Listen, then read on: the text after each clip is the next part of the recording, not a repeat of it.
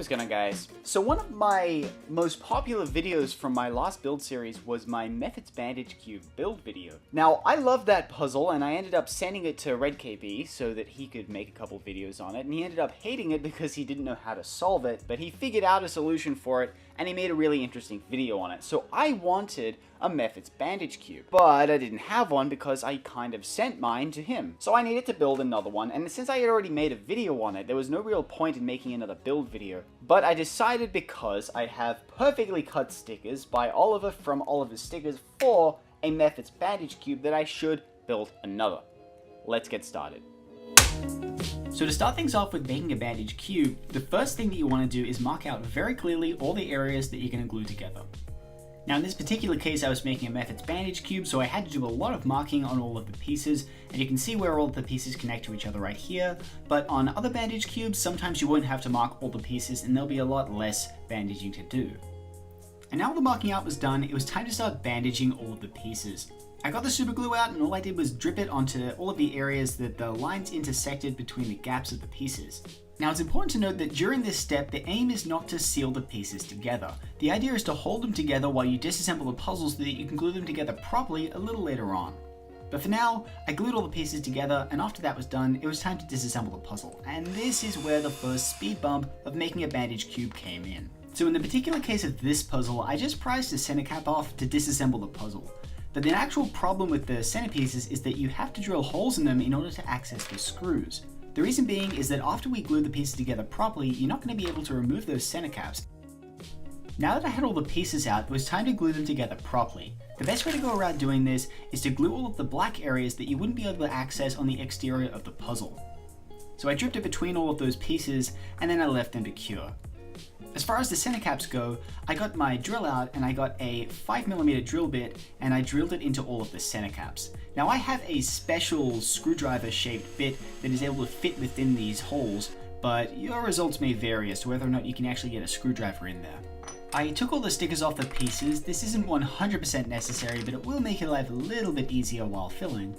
Now that it was time to fill all the pieces, I got two possible methods together, and I was going to discuss the pros and cons of either of them. Now on the left is bicarb soda and superglue. This is a great no epoxy method, and it's also really cheap. And on the right is epoxy sculpt, which is my tried and tested method that I much prefer for the results of a puzzle.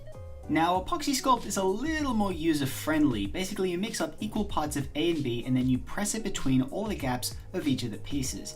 You leave that to cure, and then you come back and sand everything until it's nice and flat. The baking soda and superglue method, on the other hand, is a little more difficult.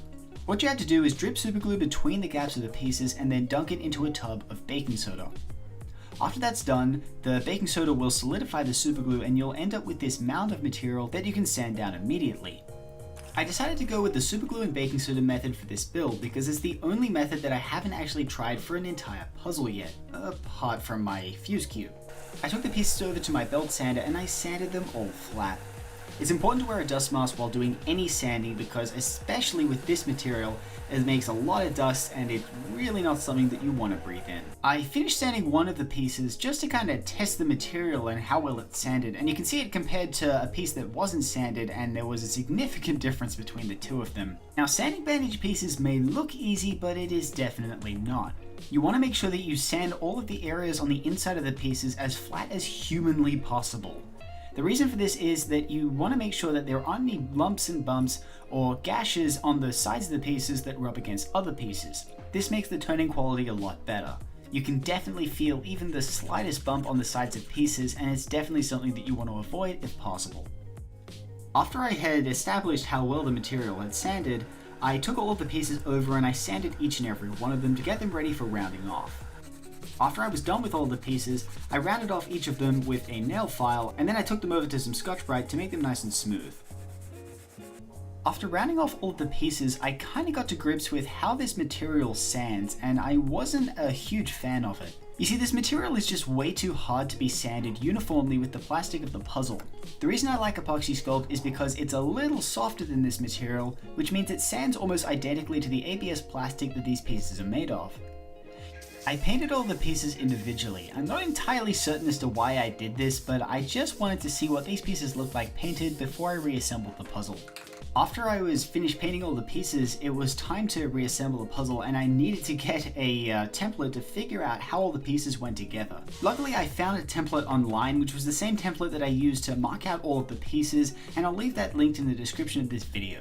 After I got the puzzle together, I rubbed it down with some Scotch-Brite, and then I took it over and I painted it once more just to get all the surfaces looking uniform. The reason I like to do this is because when you paint the pieces individually, you often end up giving each piece its own unique surface finish, and when you put all the pieces together, they kind of don't look right. So I like to go the extra mile and paint everything after it's assembled. I took the puzzle out into the light, and the sun was kind of setting because it was getting pretty late in the day, but I was still pretty happy with how it was looking. I did have a few problems with the puzzle, the main one being that a couple of the pieces weren't aligning properly, and this is because I hadn't sanded into the mechanism as much as I needed to. There were a couple of lumps and bumps on the inside parts of the puzzle, and they didn't make it turn very nice, and I just wasn't happy with how the puzzle felt. I'll be completely honest, I much prefer working with epoxy sculpt for a reason. I'm just much more comfortable with that material, and I honestly think that I did a terrible job of this puzzle. Even though it's 99% complete, it's totally not worth stickering up because I'm not happy with it. I'm gonna call this puzzle a failure, but I still learned quite a lot about the building process. I don't like working with superglue and baking soda, but I still think it's a great method if you just want to start out modding. But I seriously recommend that you get some epoxy sculpt and you learn how to make these bandage pieces properly. It's one thing to learn how to make the pieces, but it's another thing to do a good job. So I still recommend that you get epoxy sculpt if you want to make these pieces properly. But anyways, I hope you guys liked this video. I hope you guys learned a thing or two. I'm sure I did. Thank you guys for watching, and I'll see you next time.